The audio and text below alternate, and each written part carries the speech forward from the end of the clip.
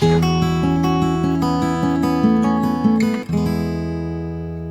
हम स्टार्ट करने जा रहे हैं लाइफ टेबल चैप्टर का क्लास 3। हमने लाइफ टेबल चैप्टर में TPX निकालना सीखा। That was LX plus T divide by LX।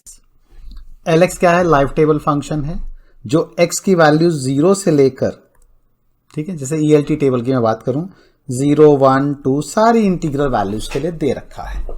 तो जिसकी हेल्प से हम TPX कोई भी निकालना चाहें हम कैलकुलेट कर लेते हैं, ठीक है। बट दिक्कत कब आती है कि अगर मुझे TPX निकालना हो, X क्या है? करंट एज है, ठीक है। यानी TPX के फंक्शन में राइट साइड में क्या होता है? करंट एज होती है, और लेफ्ट साइड क्या होता है? ड्यूरेशन या टेन्योर होता है। प्रॉब्लम यह है कि अगर करंट एज एक नॉन इंटीजर आ जाए, 55.5 आ गई, उस बंदे को मैं ड्यूरेशन भी नॉन इंटीजर हो जाए या इन दोनों में से कोई एक नॉन इंटीजर हो जाए। मैं चाहता हूं जी 55 एज का बंदा, 55.5 एज का बंदा अगले 7.25 ईयर तक जिंदा रहे। मैं चाहता हूं 52.25 का बंदा 5.5 ईयर में मर जाए। यानी कि लाइफ टेबल फंक्शन मैं डिफाइन करना चाहता हूं फॉर नॉन इंटीग्रल एजेस, ठीक है। तो इस टॉपिक में हम पढ़ने वाले हैं लाइफ टेबल फंक्शन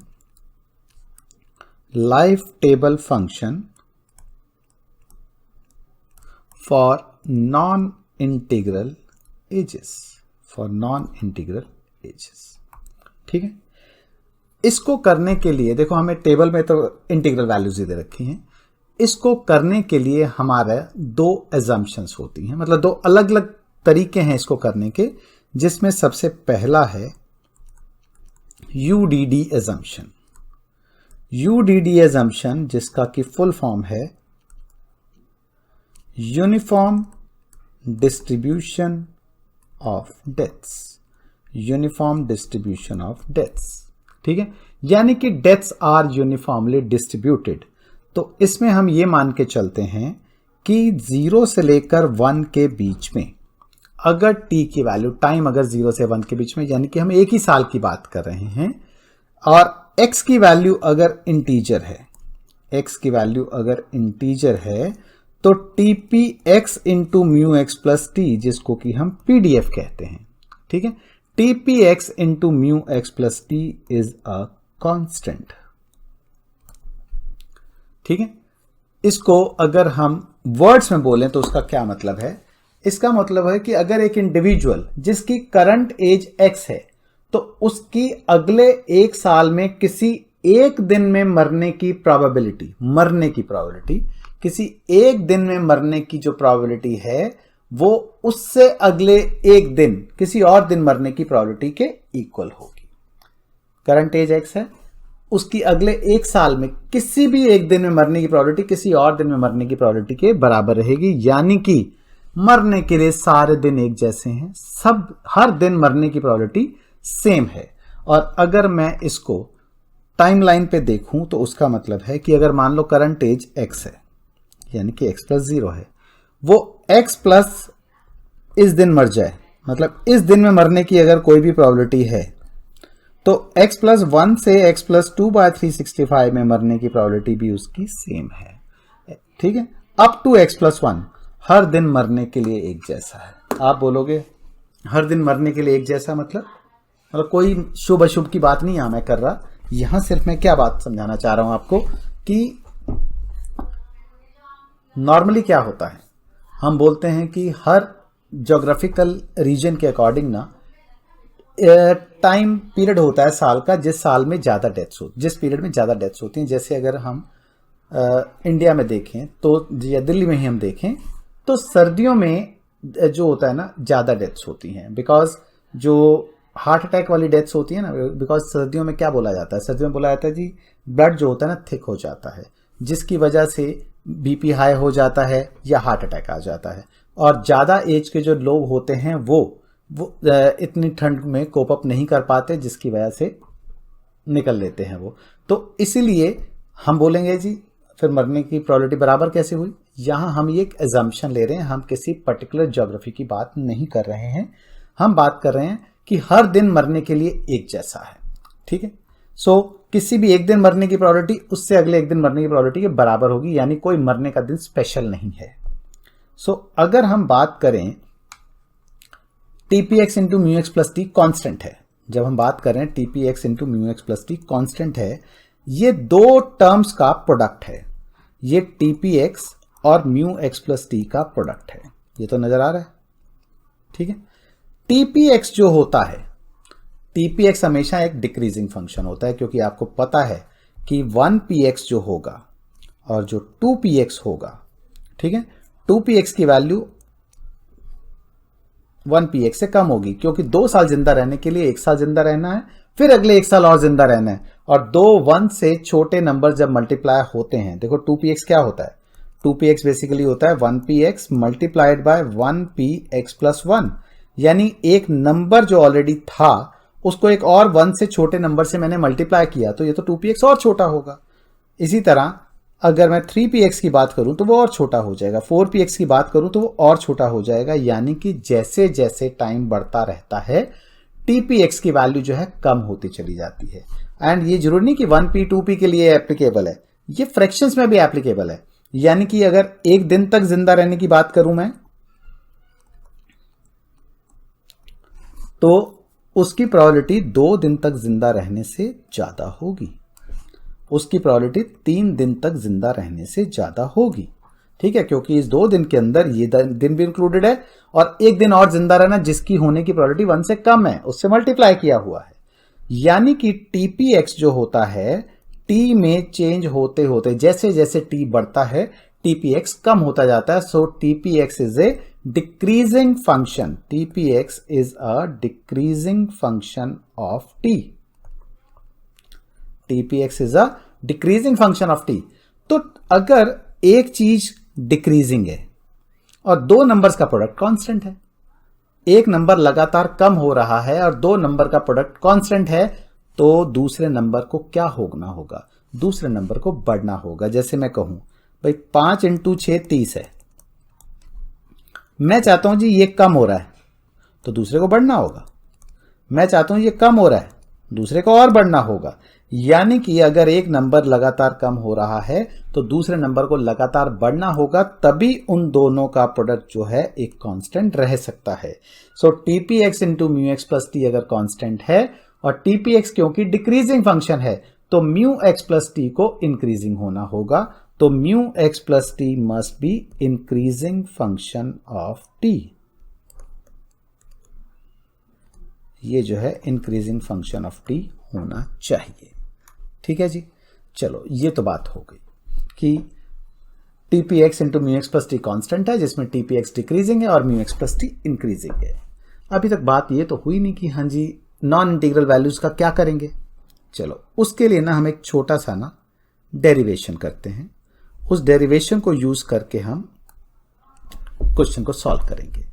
सबसे पहला डेरिवेशन है और ये एग्जामिनेबल है, ठीक है, एग्जामिनेशन पॉइंट ऑफ व्यू से इंपॉर्टेंट है ये। बहुत बार ये क्वेश्चन आ चुका है कि पहले डिराइव करवाते हैं, हाँ अब क्योंकि ऑनलाइन में थोड़ा वर्ड में टाइप करने वाला है तो डेरिवेशन पार्ट थोड़ा सा कंपैरेटिवली आने के चांस कम हो गए हैं, बट फिर भी ज़्यादा इसमें डिफिकल्ट लिखना है नहीं, इसलिए आ सकता है। पहला डेरिवेशन इसमें है S Q X is S times Q x, ठीक है, अंडर यूटीडी, यानी कि अगर यूनिफॉर्म डिस्ट्रीब्यूशन ऑफ डेथ है, ठीक है, और एस की वैल्यू हमारी 0 से 1 के बीच में है, एस की वैल्यू हमारी 0 से 1 के बीच में है, ठीक है, तो ये जो है कांस्टेंट होगा। सो अगर एस की वैल्यू हमारी 0 से 1 के बीच में है, तो जैसे डेरिवेशन में बाद में करता हूं, पहले इसको मैं यूज करना बता देता हूं कि जैसे मान लो मुझे बोला जाए जी AM92 टेबल से मुझे 0.5 Q42 की वैल्यू चाहिए, तो मैं सिंपली क्या करूंगा, Q42 की वैल्यू निकाल के उसको 0.5 से मल्टीप्लाई कर दूंगा, ठीक है, मुझे 0.25 P48 की वैल्यू चाहिए। फॉर्मूला सिर्फ Q के लिए वैलिड है, तो इसको मैं पहले 1 माइनस 0.25 Q48 लिखूंगा। इसको मैं 0.25 टाइम्स Q48 करूंगा। Q48 टेबल से मिल जाएगा, उसको 0.25 से मल्टीप्लाई करूंगा, मेरी इसकी वैल्यू निकल जाएगी। ठीक है, ये तो आया कि इसको यूज कैसे करेंगे हम, बट मेरा क्वेश्चन डेरिवेशन का था कि शो दैट अंडर यूडीडी कि अगर यूनिफॉर्म डिस्ट्रीब्यूशन ऑफ डेथ्स है तो S Q X is equal to S times Q X होता है। ठीक है, देखो अगर हम देखें,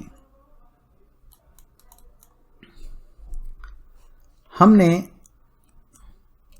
एस क्यू एक्स जब सेलेक्ट मोर्टेलिटी किया था तो मैंने उसमें बताया था दो चीजें, एक TPX निकालने का फॉर्मूला बताया था, एक TQX निकालने का फॉर्मूला बताया था। TQX में मैंने स्पेशली बोला था कि प्रैक्टिकल पॉइंट ऑफ व्यू से ये इतना इंपॉर्टेंट नहीं है, प्रैक्टिकल पॉइंट ऑफ व्यू से हम इसको कैलकुलेशन पार्ट के लिए यूज नहीं करेंगे, बट थियोरेटिकल इस्तेमाल होगा।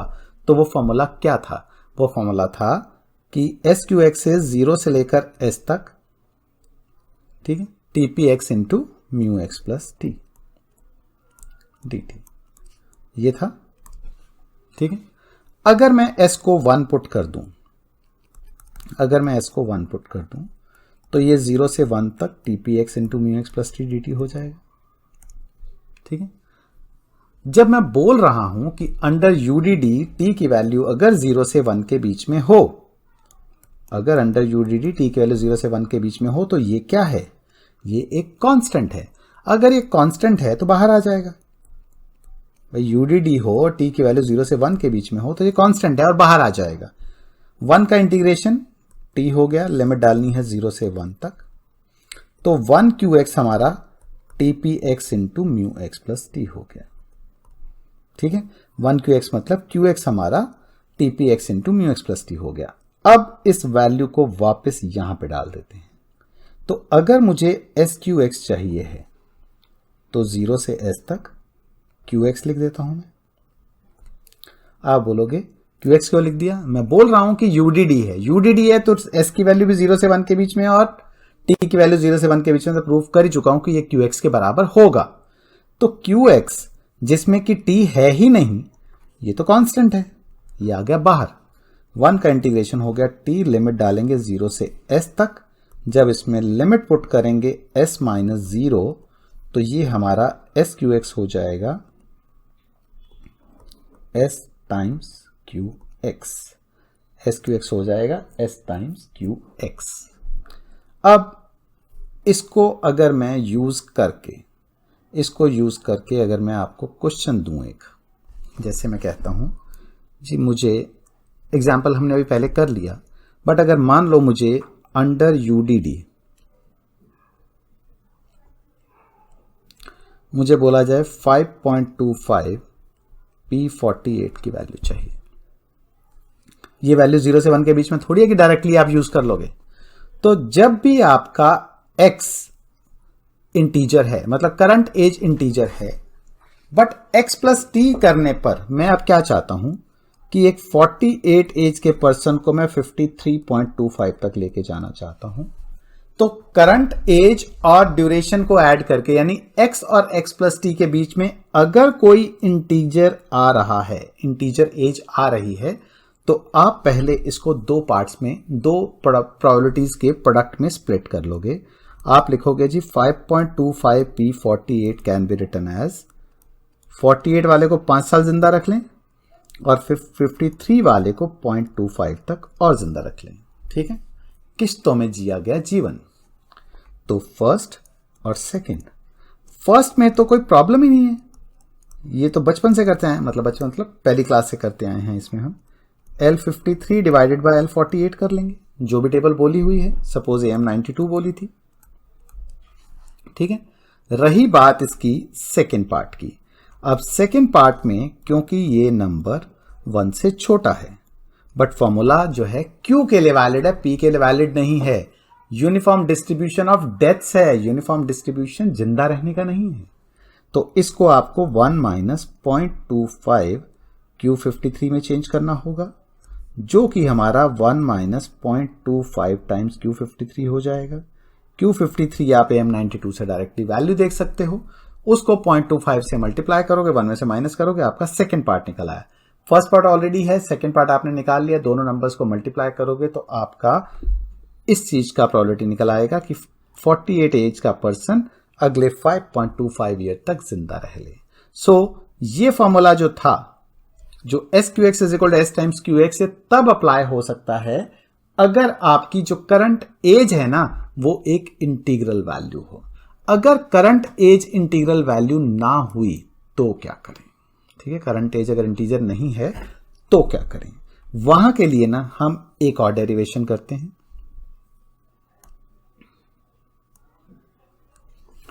एक और डेरिवेशन है, ये है show that under UDD T minus S QX plus S is T minus S QX upon 1 minus S times QX। S की वैल्यू T से कम होनी चाहिए, बट दोनों की वैल्यू 1 से कम होनी चाहिए। दोनों की वैल्यू 1 या उससे कम होनी चाहिए, बट S की वैल्यू T से कम होनी चाहिए, नहीं तो T माइनस S नेगेटिव आ जाएगा। और किसी भी बंदे को नेगेटिव टाइम में तो हम नहीं मार सकते, ना तो नेगेटिव टाइम के लिए जिंदा रख सकते हैं, ना नेगेटिव टाइम में हम मार सकते हैं कि हम ये कहें कि आज जिंदा है पिछले 1 साल में जाके मर जाए। Doesn't make any sense. तो ये तो पॉसिबिलिटी हो नहीं सकती, इसलिए T माइनस S की वैल्यू हमेशा पॉजिटिव आएगी, जीरो भी नहीं हो सकती कि जिस टाइम पे जिंदा है उसी टाइम पे मर जाए, ये भी कैसे हो सकता है। तो ये एक छोटा सा डेरिवेशन है, ये हम करते हैं। देखो, अगर X एज का पर्सन है, X plus S, X plus T, तो ये ड्यूरेशन S हो गई और ये ड्यूरेशन T माइनस S हो गई। ठीक है ना, ये ड्यूरेशन S हो गई और ये ड्यूरेशन T माइनस S हो गई। अब अगर मैं किसी को T ईयर्स तक जिंदा रखना चाहता हूं और मैं चाहता हूं ये 2 किश्तों में जिए, तो मैं कहूंगा X एज का पर्सन पहले S ईयर तक जी ले, फिर X प्लस S का होके T माइनस S ईयर और जी ले, तो मैं मान लूंगा कि ये T ईयर तक जी लिया। सो TPX is SPX into T minus SP X plus S। तो यहां से अगर मैं T minus SP X plus S की वैल्यू फाइंड करूं तो that is TPX divided by SPX। अगर मैं इसको Q में चेंज करूं तो ये साइड भी 1 में से माइनस हो जाएगी। ठीक है, ये साइड भी 1 में से माइनस हो जाएगी। ठीक है, सो इसको मैं 1 minus TQX upon 1 minus SQX लिख सकता हूं। एलसीएम लेता हूं तो 1 minus SQX minus 1 plus TQX upon 1 minus SQX, 1 से 1 कट गया। SQX जो है हमारा S टाइम्स QX है और TQX हमारा T टाइम्स QX है, तो ये बन जाएगा T times QX minus S times QX upon 1 minus S times QX which is T minus S times QX divided by 1 minus S times QX। तो ये हमारा T minus S QX plus S is equal to ये आ गया। ठीक है जी, आसान है, कोई मुश्किल तो नहीं है डेरिवेशन इसका। अगर हम इस कॉन्सेप्ट को यूज करना चाहें, मैंने बताया कि अगर x की वैल्यू नॉन इंटीजर हो जाए, मतलब करंट एज अगर नॉन इंटीजर हो जाए, तो आपको ये लगाना फॉर्मूला जरूरी हो जाएगा। जैसे मान लो मैं कहता हूं जी आपको निकालना है 5.25 P58.5, तो मैं चाहता हूं जी 58.5 वाला 63.75 तक जिंदा रहे, मरने की बात नहीं कर रहा, जिंदा रहे। जहां जहां पर इंटीजर आ रहा है वहां वहां पे इसको ब्रेक दे दो, 59, 63। तो इसको 5.25 P58.5 को हम 3 पार्ट्स में ब्रेक करेंगे। हम कहेंगे जी 58.5 वाला पहले 0.5 जिंदा रहे, फिर 59 वाला 4 साल और जिंदा रहे, फिर 63 वाला 0.75 और जिंदा रहे। तो इन तीनों को मल्टीप्लाई करके हमारा इसका वैल्यू निकल जाएगा। तो इसमें हो गए हमारे 3 एक्सप्रेशन, फर्स्ट, सेकंड, थर्ड। पहले बात करते हैं फर्स्ट की, 0.5 P58.5। इसमें राइट साइड नॉन इंटीजर है तो पहले वाला फॉर्मूला तो लग नहीं सकता, तो यही वाला लगेगा इसमें। मैंने इसको Q में चेंज किया क्योंकि फॉर्मूला सिर्फ मेरे पास Q के लिए वैलिड है। तो मैंने इसको लिखा Q58 प्लस 0.5, ठीक है। तो ये मेरा QX प्लस एस हो गया, ये मेरा QX प्लस एस हो गया।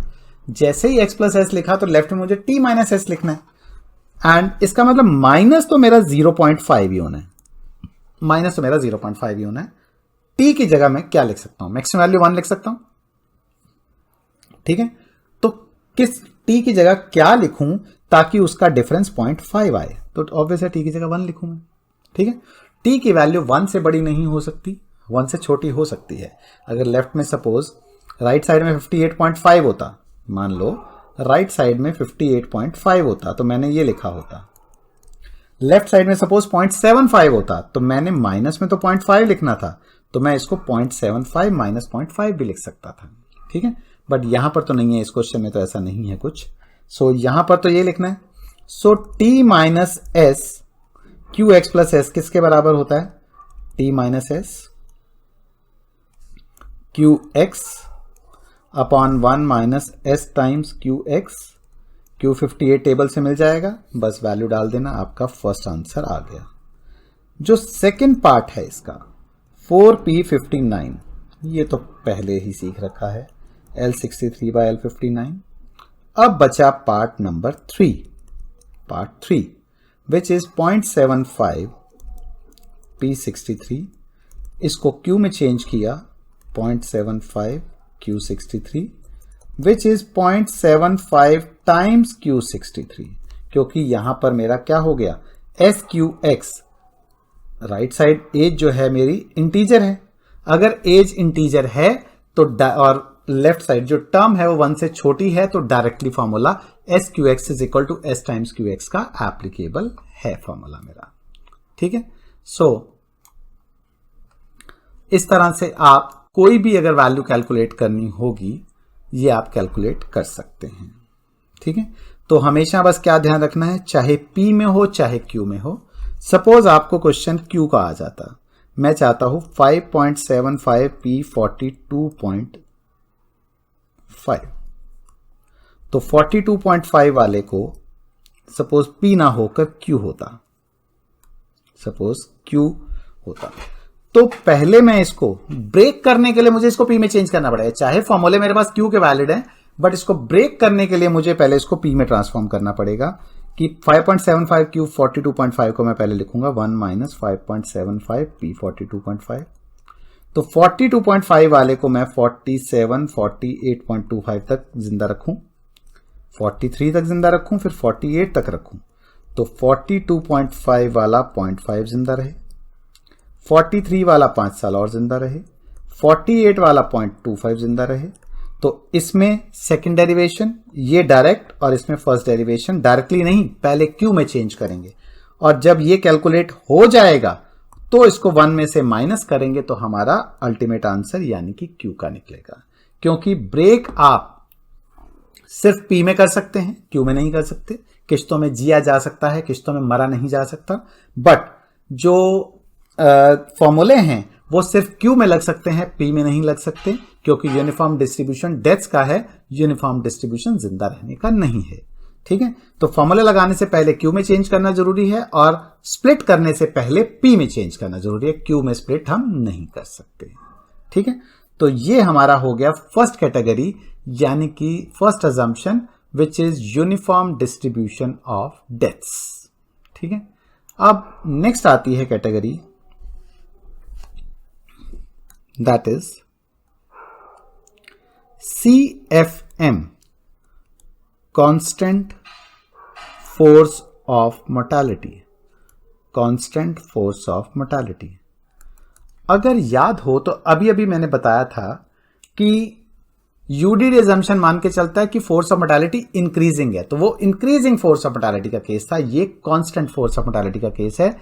यानी कि ये मान के चलता है कि अगर टी की वैल्यू 0 से 1 के बीच में है, 0 नहीं हो सकता, 1 नहीं हो सकती, 0 हो सकती है, तो उसमें दोनों में था, दोनों में इक्वल था, इसमें सिर्फ इसमें है, तो mu x plus T is equal to mu होगा।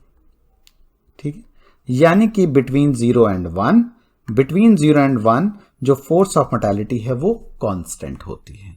ठीक है, तो इसमें जो फर्स्ट फॉर्मूला है, इसमें भी दो डेरिवेशन है। पहला डेरिवेशन है show that under UDD, under CFM, S P X is equal to P x raise to power S होता है। ठीक है, एस की वैल्यू 0 से 1 के बीच में कुछ भी हो सकती है। सो हमने, याद होगा आपको, एस पी एक्स का फॉर्मूला पढ़ा था, एक्सपोनेंशियल ऑफ माइनस 0 से एस तक mu x plus T D T पढ़ा था। अब जब हम बोल रहे हैं अगर एस की वैल्यू में 1 ले लेता हूं,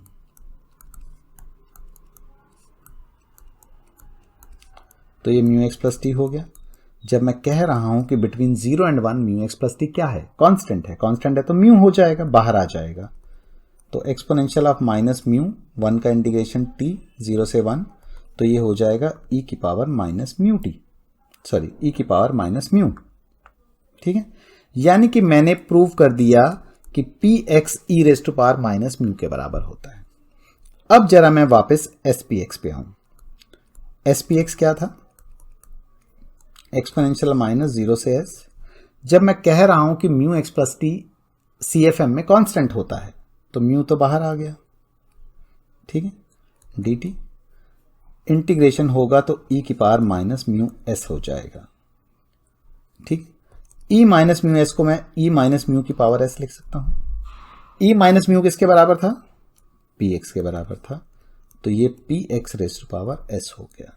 यानी एस पी एक्स, देखो S P X E power minus mu S तो हमेशा होगा। एस पी एक्स अगर फोर्स ऑफ मोटालिटी कांस्टेंट है, चाहे एस की वैल्यू 0 से 1 के बीच में है या नहीं है, एस की वैल्यू चाहे 0 से 1 के बीच में है या नहीं है, एस पी एक्स इसके बराबर होगा, बस फोर्स ऑफ मोटालिटी कांस्टेंट होनी चाहिए। बट अगर एस की वैल्यू 0 से 1 के बीच में है तो S P X P x raise to power S हो सकता है। ठीक है, ये तो always, whenever mu is constant. ठीक है, बट ये तभी होगा अगर एस की वैल्यू 0 से 1 के बीच में हो तो।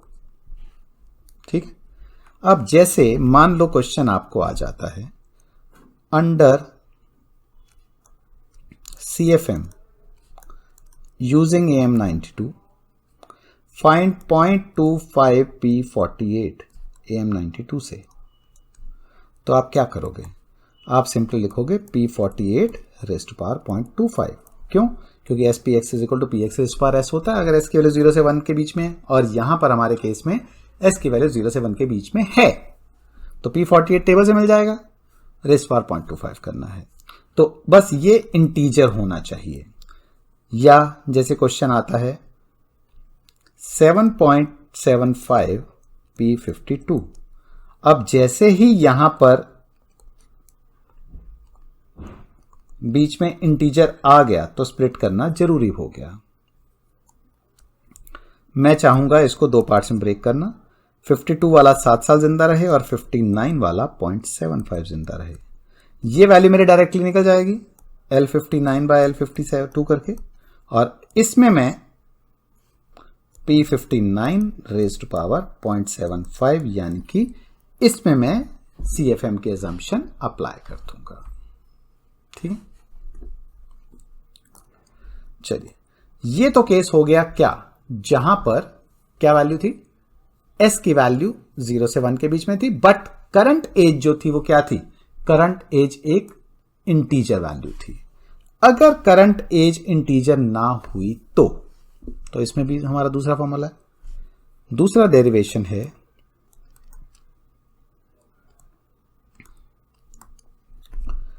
T minus S P x plus S, T minus S P x plus S is P x raise to power T minus S होता है। ठीक है, प्रोवाइडेड एस की वैल्यू वही 0 से 1 के, टी की वैल्यू 0 से 1 के बीच में, और एस जो होना चाहिए टी से कम होना चाहिए। ठीक है, एस जो होना चाहिए टी से कम होना चाहिए। सो आपने ये पढ़ा हुआ है कि अगर x प्लस 0 वाले को मैं x प्लस टी तक जिंदा रखना चाहता हूं, x प्लस 0 वाले को x प्लस टी तक जिंदा रखना चाहता हूं, तो मैं करता हूं एक्सपोनेंशियल ऑफ माइनस 0 से लेकर t तक, मतलब टी पी एक्स अगर मैं निकालना चाहता हूं तो मैं 0 से लेकर t तक इसको इंटीग्रेट कर देता हूं, जो भी म्यू होता है उसमें। बट मेरा म्यू तो यहां पर क्या है, कांस्टेंट है। तो इसका मतलब मैं अगर x प्लस एस से x प्लस टी तक जाना चाहता हूं और म्यू कांस्टेंट है, तो चाहे मैं s से लेकर t तक इंटीग्रेट कर दूं। ठीक है, वैसे मुझे म्यू x प्लस आर लिखना चाहिए dr, क्योंकि s और t ऑलरेडी मेरे पास लिमिट्स में है, बट कोई फर्क नहीं पड़ता क्योंकि म्यू x प्लस आर भी म्यू के बराबर ही है, कांस्टेंट तो है ही भाई। s और t दोनों के दोनों जो भी लिमिट्स दे रखे हैं उनके बीच में तो म्यू x कांस्टेंट है। तो ये बन जाएगा मेरा e raise to power minus mu into T minus S, जिसको मैं लिख सकता हूं e माइनस म्यू की power T minus S. e minus mu को मैं ऑलरेडी प्रूव कर चुका हूं, अगर CFM एजम्पशन है तो पी एक्स के बराबर होगा, तो p x raise to power T minus s होगा। So t minus S P x plus s मेरा p x raise to power T minus s के बराबर होगा। ठीक है, तो बस एक बात का ध्यान रहे, यूडीडी में दोनों के दोनों फॉर्मूले Q की टर्म में हैं, CFM में दोनों के दोनों फॉर्मूले हमारे P की टर्म में हैं। ठीक है, तो एक क्वेश्चन और हम कर लेते हैं जिसमें कि करंट एज नॉन इंटीजर हो जाए।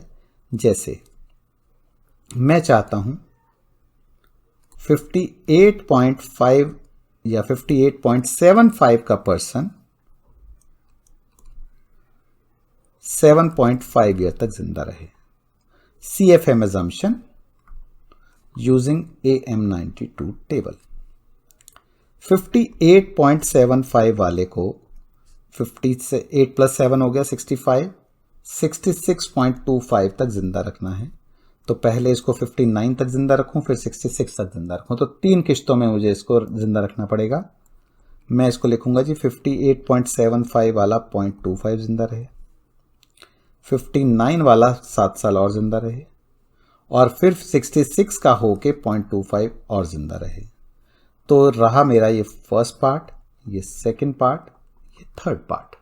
ठीक है, जो फर्स्ट पार्ट है दैट इज 58 प्लस में 0.75, तो लेफ्ट साइड में 0.25 है, तो इसको मैं 1 माइनस 0.75 लिख लूं, क्योंकि मुझे क्या चाहिए, मुझे चाहिए t माइनस एस, जिसमें s तो 0.75 कंफर्म है मेरा। तो इसको मैं लिख सकता हूं P x raise to power T minus S, यानी P58 टेबल से देख के उसकी पावर 0.25। सेकेंड पार्ट 7P59, ये तो simply L66 divided by L59, ये तो डायरेक्ट टेबल से मिल जाएगा। बचता है third which is 0.25P66, that is simply क्योंकि करंट एज इंटीजर है, raise to power 0.25, P66 table से मिल जाएगा और रेज टू पावर में 0.25 में कर लूंगा। तीनों आंसर्स निकाल के इन तीनों को मैं मल्टीप्लाई कर दूंगा तो मेरा फाइनल आंसर निकल जाएगा, यानी कि 58.75 एज का पर्सन 7.75 ईयर तक अलाइव रहे, CFM assumption and AM92 table को फॉलो करते हुए। ठीक है जी, चलिए, तो ये तो हमारा केस हो गया नॉन इंटीजर एजेस का। इस चैप्टर में ना एक छोटा सा टॉपिक हमारा और रहता है, दैट इज वो आता है एक्सपेक्टेशन ऑफ लाइफ का। ठीक है, यानी कि यहां पर हम वो बात नहीं करेंगे, टॉपिक है एक्सपेक्टेशन ऑफ लाइफ। जिंदगी से हमें क्या उम्मीदें हैं। ठीक है, हम तो ना उम्मीद हैं, नहीं, ये वो बातें नहीं हम करें, मतलब फिलॉसफी नहीं झाड़नी यहाँ पे। यहां पर एक्सपेक्टेशन ऑफ लाइफ का मतलब है लाइफ एक्सपेक्टेंसी की बात हो रही है। तो एक्सपेक्टेशन ऑफ लाइफ दो तरह की होगी, एक होगी कंप्लीट एक्सपेक्टेशन और एक होगी कर्टेड एक्सपेक्टेशन। ठीक है, कंप्लीट एक्सपेक्टेशन ऑफ लाइफ और दूसरा कर्टेड एक्सपेक्टेशन ऑफ लाइफ। ठीक है, लाइफ एक्सपेक्टेंसी या एक्सपेक्टेशन ऑफ लाइफ जो होता क्या है? जो एक्सपेक्टेशन ऑफ लाइफ है ना, या लाइफ एक्सपेक्टेंसी, किसी भी कंट्री के अंदर हमें वहां की मेडिकल एडवांसमेंट, वहां के इनकम लेवल्स, वहां के एजुकेशन लेवल, उन सबको रिप्रेजेंट कर रही होती है। अगर किसी कंट्री में एक्सपेक्टेंसी लाइफ की ज्यादा है ना, तो इसका मतलब है कि वहां पे सब कुछ अच्छा है, ऑलमोस्ट सब कुछ अच्छा है, कि लोग एजुकेटेड लोग हैं, उनके पास मेडिकल फैसिलिटीज अवेलेबल कर सकते हैं। तो दो बातें हो सकती हैं, या तो सरकारी मिल रही होंगी, या फिर मतलब या तो सरकारी इतनी अच्छी होंगी कि जाके मरते नहीं हैं लोग, और दूसरा ये कि हो सकता है इतना पैसा है उनके पास कि वो प्राइवेटली भी सारी चीज़ों का इलाज करवा सकते हैं। ठीक है, और कुछ कंट्रीज ऐसी भी हैं जिनके अंदर लाइफ एक्सपेक्टेंसी बहुत कम है। जैसे अफ्रीकन कॉन्टिनेंट की मैं बात करूं तो वहां पर लाइफ एक्सपेक्टेंसी बहुत कम है, यानी कि अगर एवरेज लाइफ टाइम देखें, एवरेज लाइफ स्पैन देखें तो 35-36 के आसपास है। इट डजंट मीन कि हर कोई 36 तक मर ही जाता है वहां पे। ठीक है, वहां पे भी लोग 70-80 साल तक जीते होंगे। एवरेज लाइफ टाइम 35 है। इसका मतलब है वहां ना इन्फेंट डेथ बहुत ज्यादा होती है, क्योंकि जो भी उसके लिए डिलीवरी के लिए कोई मेडिकल फैसिलिटीज अवेलेबल है नहीं, कोई नर्सिंग होम, कोई हॉस्पिटल्स अवेलेबल नहीं है, तो मेडिकल इंफ्रास्ट्रक्चर अवेलेबल ना होने की वजह से बहुत सारे केसेस में बच्चे जो हैं पैदा होते ही या बहुत ही कॉम्प्लिकेशन से पैदा हुए, मर गए। जंगलों में रहने वाले लोग हैं, आधे लोग तो किसी को किसी जानवर ने खा लिया, किसी को सांप ने काट लिया, उसका भी इलाज नहीं है उनके पास। तो ये सब चीज़ें होने की वजह से जो मरने वाले लोग ज़्यादा होने की वजह से ना, कम एज पे मरने वाले लोग हैं ज़्यादा हैं।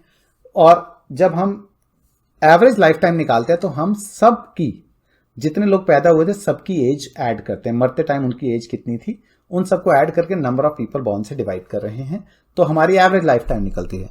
तो जब वेट पहले वाले कम एज वालों का ज़्यादा वेट है तो ज़्यादा एज वाले कम हैं, तो ऑब्वियस सी बात है कि जो एवरेज निकल के आएगा वो कम ही निकल के आएगा। ठीक है ना भाई, अगर आपके 1 2 3 4 5 सब्जेक्ट्स थे, पहले में 35 नंबर, दूसरे में 40 नंबर, फिर 35 नंबर, फिर 40 नंबर, अगर एक में आपके 70 आ भी गए तो क्या उघाड़ लोगे? एवरेज तो आपकी 50 से कम ही आने वाली है। देख भी लेते हैं, अगर 70, 140 और 80, 220 डिवाइडेड बाय 5, यानी कि क्योंकि ज्यादातर छोटे थे इसलिए एक बड़े के कारण भी एवरेज जो आई वो 44 की आई। तो ज्यादातर लोग अगर कम एज पे मर रहे हैं, तो अगर कुछ ज्यादा टाइम तक जिंदा रह भी रहे हैं तो भी उनकी एक्सपेक्टेंसी बढ़ नहीं जाएगी। ठीक है, अब जैसे इंडिया का भी देखें तो इंडिया में भी लाइफ एक्सपेक्टेंसी जो है लगातार बढ़ रही है, जिसकी वजह से जो पहले इंश्योरेंस कंपनीज 65 या 70 से ज्यादा एज तक के इंश्योरेंस पॉलिसी देती ही नहीं थी, आज वो 85 की एज तक देना शुरू हो गई हैं। ठीक है, सो इसीलिए वो इसलिए दे रही हैं क्योंकि उनको रिस्क उसमें कम लग रहा है, उनको लगता है कि लोग अलाइव रहेंगे वहां तक और हमें क्लेम नहीं देना पड़ेगा, तो यानी कि एक्सपेक्टेंसी लाइफ की बढ़ रही है। तो हम पहले बात करते हैं कंप्लीट एक्सपेक्टेशन ऑफ लाइफ की। कंप्लीट एक्सपेक्टेशन ऑफ लाइफ, देखो TX जो था हमने पढ़ा था is a total life time, T is a total life time, और TX क्या था? Total life time after age X, और TX मैंने क्या बताया था? टोटल लाइफ टाइम एक रैंडम वेरिएबल होता है, और expected value of total life time after age X अगर मैं निकालूं, ठीक है, तो इसको हम डिनोट करते हैं E सर्कल X से। EX ऊपर सर्कल बनाया है, मतलब वो एंजल बना देते हैं ना जैसे।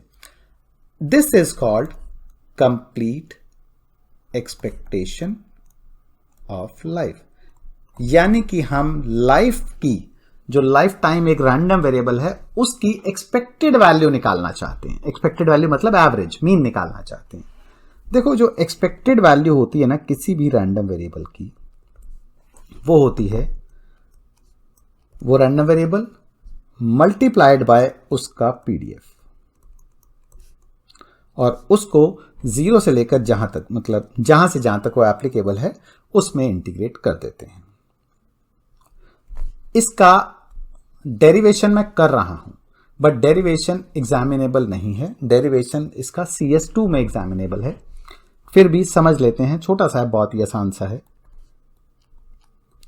आपको याद होगा मैंने पीडीएफ को एक और भी चीज बताई थी कि it is either d/dt of TQX और -d/dt ऑफ TPX। मैंने दो चीजें करवाई थी जब मैंने वो करवाया था फोर्स ऑफ मोडालिटी, तो उसमें मैंने दो चीजें बताई थी कि पीडीएफ को हम ऐसे भी लिख सकते हैं, तो इसको मैं -d/dt ऑफ TPX भी कह सकता हूं। अब अगर मैं इसको फर्स्ट और इसको सेकंड मान के बाय पार्ट्स इंटीग्रेट करूं, ठीक है, फर्स्ट और सेकंड मान के इसका बाय पार्ट्स इंटीग्रेट करूं तो क्या होगा? ये होगा first as it is, derivative का इंटीग्रेशन करूंगा तो सिंपली -TPX बचेगा, लिमिट डालनी है 0 से इन्फिनिटी, माइनस में 0 से इन्फिनिटी t का डेरिवेटिव 1, इसका integration -TPX dt, infinity into कोई इनफाइनाइट ईयर तक जी ले, ये तो 0 ही होता है, -0 इंटू कोई 0 ईयर जी ले, ये तो चाहे 1 होता है, बट 0 से मल्टीप्लाई होने की वजह से ये 0 हो गया, और ये इन्फिनिटी तक जिंदा रहने, कोई भी अमर तो हो नहीं सकता ना, तो इन्फिनिटी तक जिंदा रहने की वजह से 0 हो गया, तो ये वाली टर्म तो 0 हो गई, तो बची क्या? 0 से इन्फिनिटी TPX dt। सो हमारा ई सर्कल x का फॉर्मूला क्या बन गया? ये बन गया 0 से इन्फिनिटी तक TPX का इंटीग्रेशन, ठीक है। पर ध्यान रहे, अगर हमारा कोई भी अपर लिमिट दिया होगा, अगर हमें कोई भी अपर लिमिट दिया होगा, यानी कि ओमेगा की वैल्यू अगर हमें दे रखी होगी, तो हम ऊपर इन्फिनिटी ना लेकर हम इसको 0 से लेकर ओमेगा -x तक करेंगे, क्योंकि x एज का तो ऑलरेडी है वो, तो x से आगे उसकी एज कहां तक जा सकते हैं? मैक्सिमम ओमेगा तक। तो x के बाद वो कितना जी सकता है?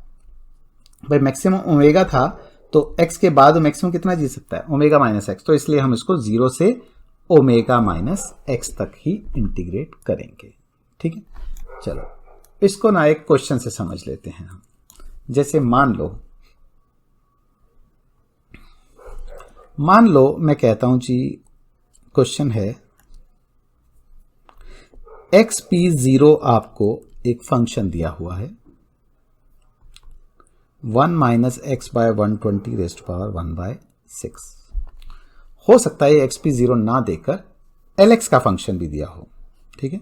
हो सकता है क्वेश्चन ये दिया होता lx इज 1 - x/120⁻⁴ ठीक। मैं थोड़ा कॉम्प्लिकेटेड वाला पार्ट कर रहा हूं।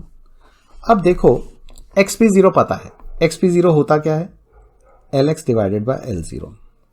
तो मेरा lx क्या हो गया? L0 इंटू 1 - x/120⁻⁴ तो वैसे हो सकता है lx ये दिया होता तो हमें L0 से मल्टीप्लाई करने की जरूरत ना पड़ती। चलिए अब lx मेरा क्या हो गया? L0 इंटू 120 - x/120⁻⁴ ठीक है। अगर मैं lx प्लस टी निकालूं, क्यों शौक चढ़ रहा है मुझे lx प्लस टी निकालने? क्योंकि मुझे TPX की जरूरत है। lx प्लस टी निकालूं तो that is L0 into x की जगह पर मुझे x प्लस टी डालना है, ठीक है। अगर मैं TPX निकालना चाहूं तो TPX के लिए मुझे क्या करना पड़ेगा? lx plus T divide by lx, यानी कि L0 into 120 - x - t divide by 120⁻⁴ divide by L0 120 - x/120⁻⁴ L0 से L0 कट गया, तो हो सकता है आपका ये एक्सप्रेशन होता तो L0 दोनों में आ ही ना होता, नहीं आया होता तो हमने लिया ही ना होता, ठीक है। सो अब ये TPX का एक्सप्रेशन आ गया। मुझे क्या निकालना है? सपोज मेरा क्वेश्चन है कि if lx xp0 is given as this, मेरा क्वेश्चन है फाइंड ई सर्कल 30। मेरा क्वेश्चन ये है कि मुझे complete expectation of a person 30 year old की निकालनी है। देखो मैं पहले TPX निकालने के लिए, x तो मुझे 30 दे दिया, अब मैं TP30 निकाल लेता हूं। TP30 के लिए मैं क्या करूं, x की जगह पर 30 डाल देता हूं।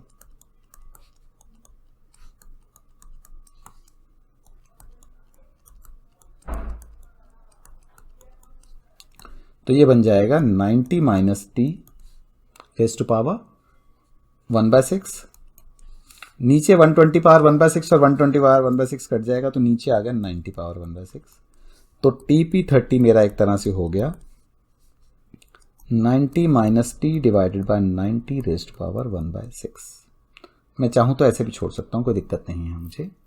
अब मुझे जैसे निकालना क्या है, मुझे निकालना है ई सर्कल 30। तो ई सर्कल 30 क्या कहता है कि 0 से लेकर इन्फिनिटी तक, नहीं इन्फिनिटी नहीं, मुझे यहां पर क्वेश्चन में मेंशन था कि ओमेगा की वैल्यू मेरी मैक्सिमम 120 तक हो, एक्स की वैल्यू मेरी 120 तक हो सकती है। ओमेगा जो है मेरा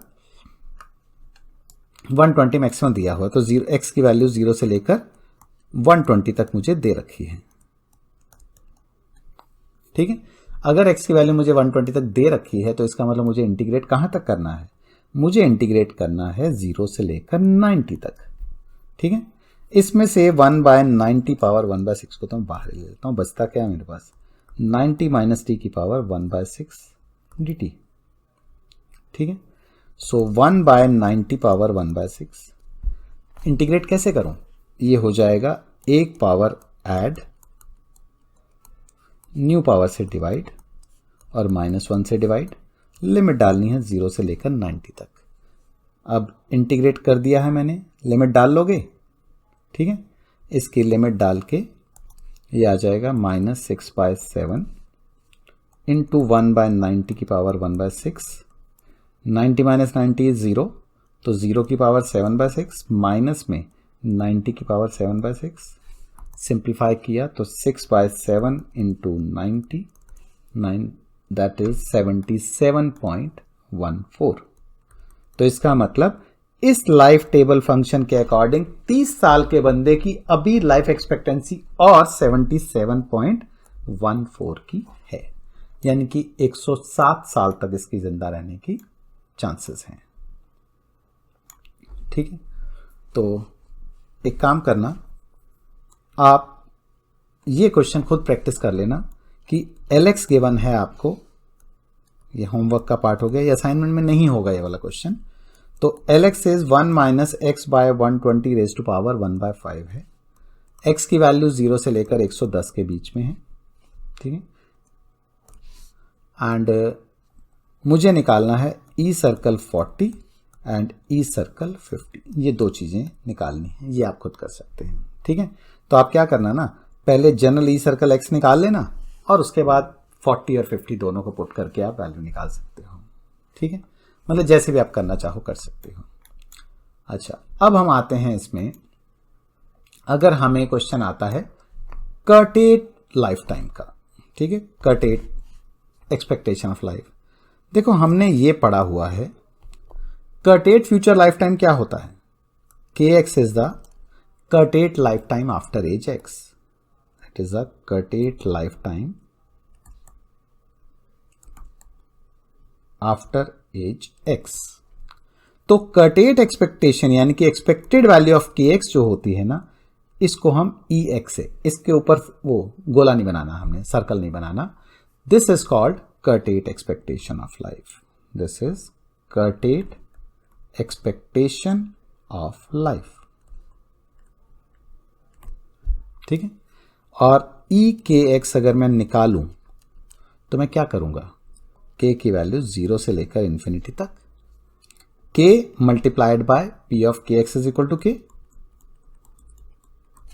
ठीक है, इसका जो फाइनल रिजल्ट जो हमें याद रखना है वो है समेशन k की वैल्यू 0 से इंफिनिटी तक, सॉरी 1 से इंफिनिटी तक kpx।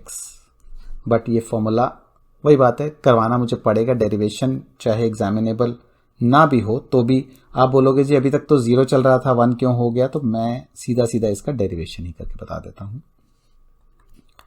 k is equal to 0 to infinity k, this is nothing but k P x q x plus k. ठीक है, अगर मैं k P x into q x plus k को देखूं तो that is k P x into 1 minus k p, sorry 1 P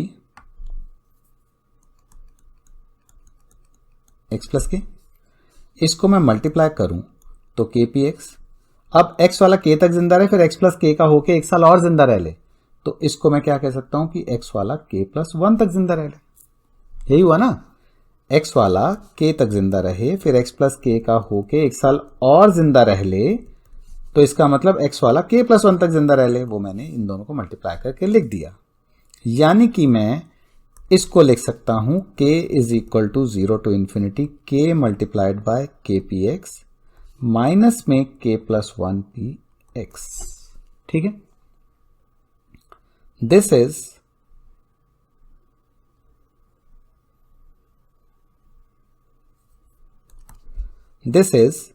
k is equal to 0 to infinity. अब मैं इसमें k की एक एक करके वैल्यू डालता हूं। पहले मैंने k को 0 डाला तो ये हो गया 0 into 0 P x minus 1 P x.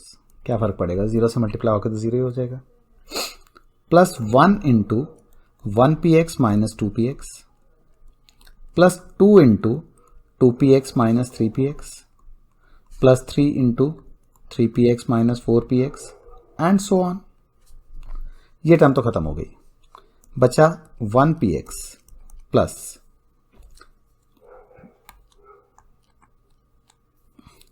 Minus में 2 p x plus twice of 2 p x minus twice of 3 p x plus में thrice of 3 p x minus thrice of 4 p x plus so on.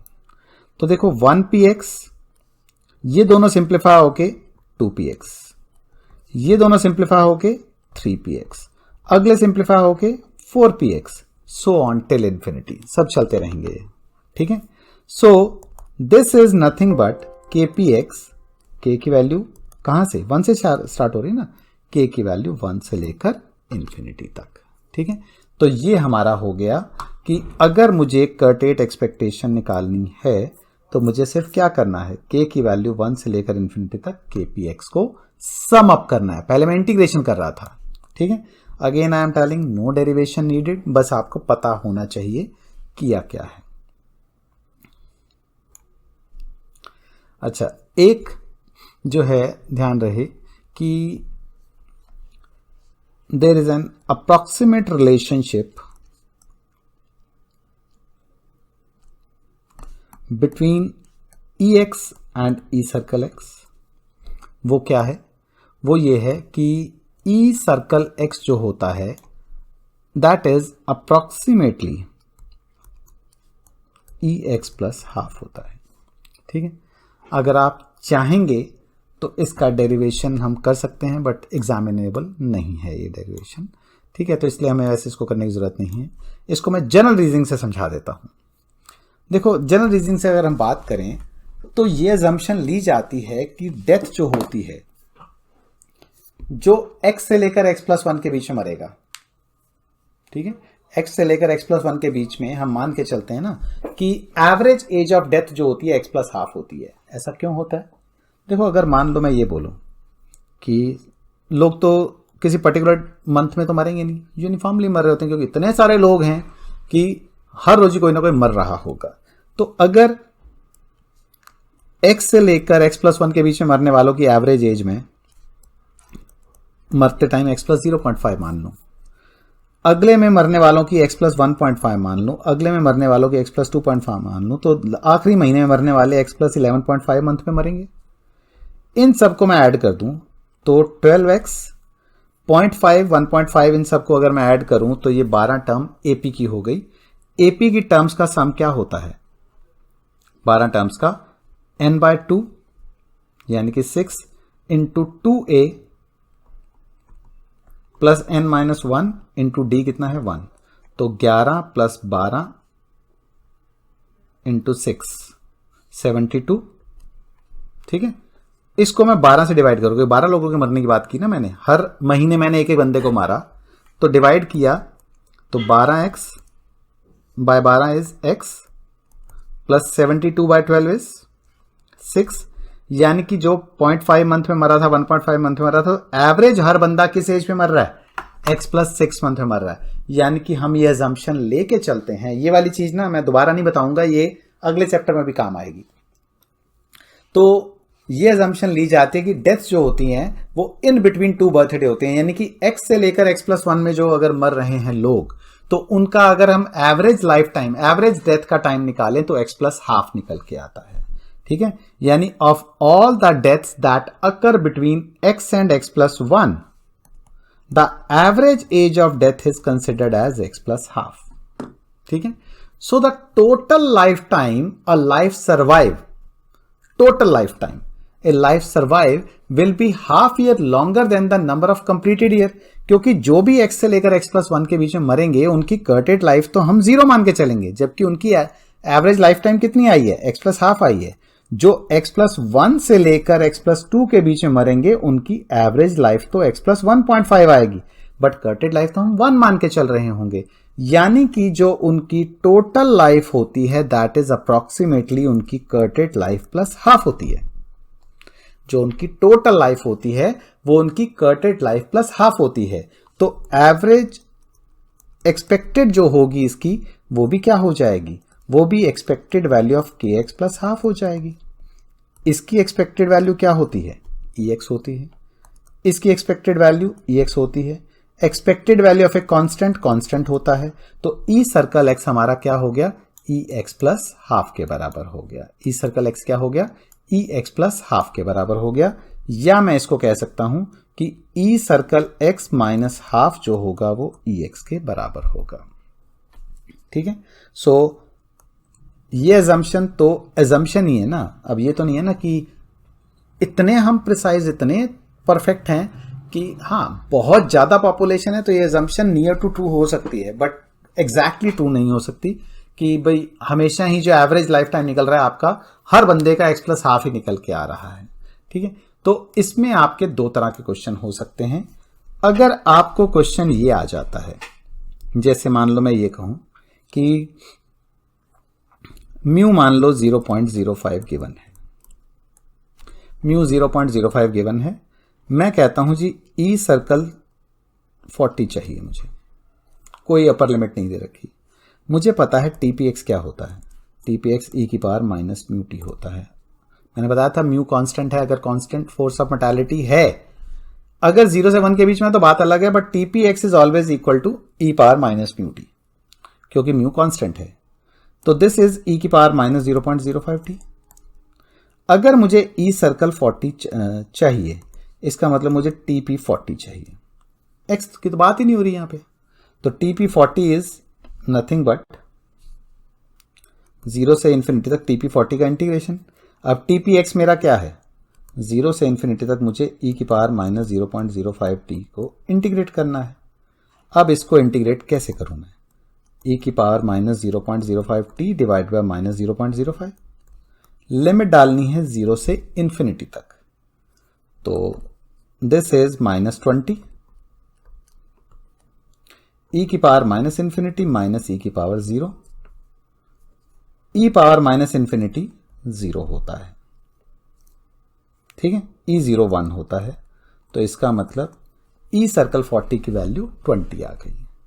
अगर मान लो मुझे इस question में ई 40 निकालने को कहा होता, आप बोलोगे सीधा 19.5 लिख देते हैं, निकालने को कहा होता, एजम्पशन से नहीं निकालना, बोला होता कैलकुलेट करो, 4 मार्क का क्वेश्चन हो, 2 मार्क में बोला हो ई सर्कल 40 निकालो, 2 मार्क में बोला हो ई 40 निकालो, तो आपको निकालना पड़ेगा। तो ई 40 क्या होता है,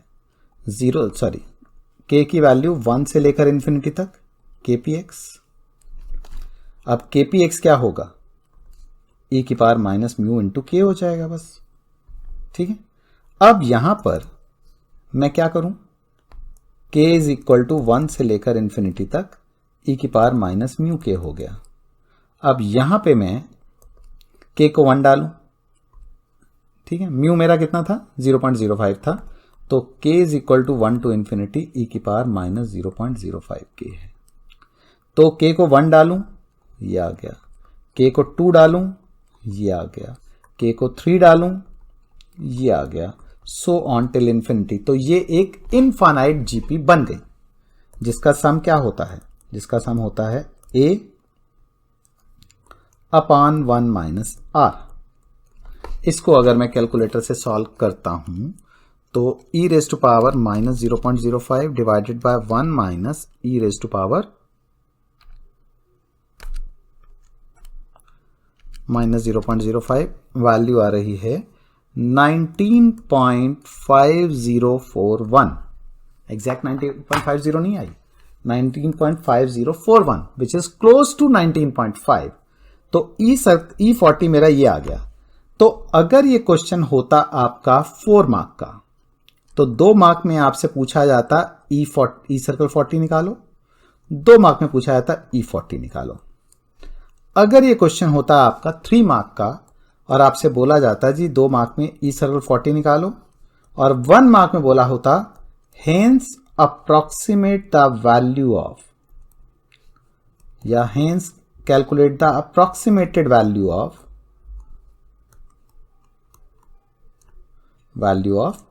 E40। तो आप सिंपली क्या करते हैं, आप कहते जी E40 is approximately E circle 40 minus half. तो मेरे लिए E40 क्या हो जाएगा, वो तो मैं 20 निकाल चुका हूं, माइनस हाफ कर दूंगा तो 19.5 विच इज क्लोज इनफ, ठीक है, which is close to this.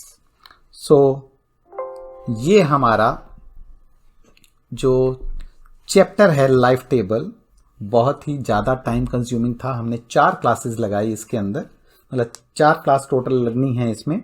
अभी ये तीसरी क्लास हुई है, तो 4 क्लासेस में लगानी है। जो चौथी क्लास है इसकी, उसमें हम सेलेक्ट मोर्टेलिटी करने वाले हैं। चलो वो तो हम जब करेंगे तो देख लेंगे क्या होता है। तो आपने देखा कि इनमें हमने काफ़ी टाइम कंज्यूम कर रहे हैं। रीज़न उसके पीछे ये है कि आगे आने वाले सारे चैप्टर्स में ना मैं सिर्फ ये बोलने वाला हूँ, ये हमने लाइफ टेबल में किया था, ये हमने लाइफ टेबल में किया था, तो ये चीज़ें आपको अच्छे से ध्यान में आनी चाहिए, रहनी चाहिए, ठीक है। सो ये हमारी आज की क्लास कंप्लीट होती है।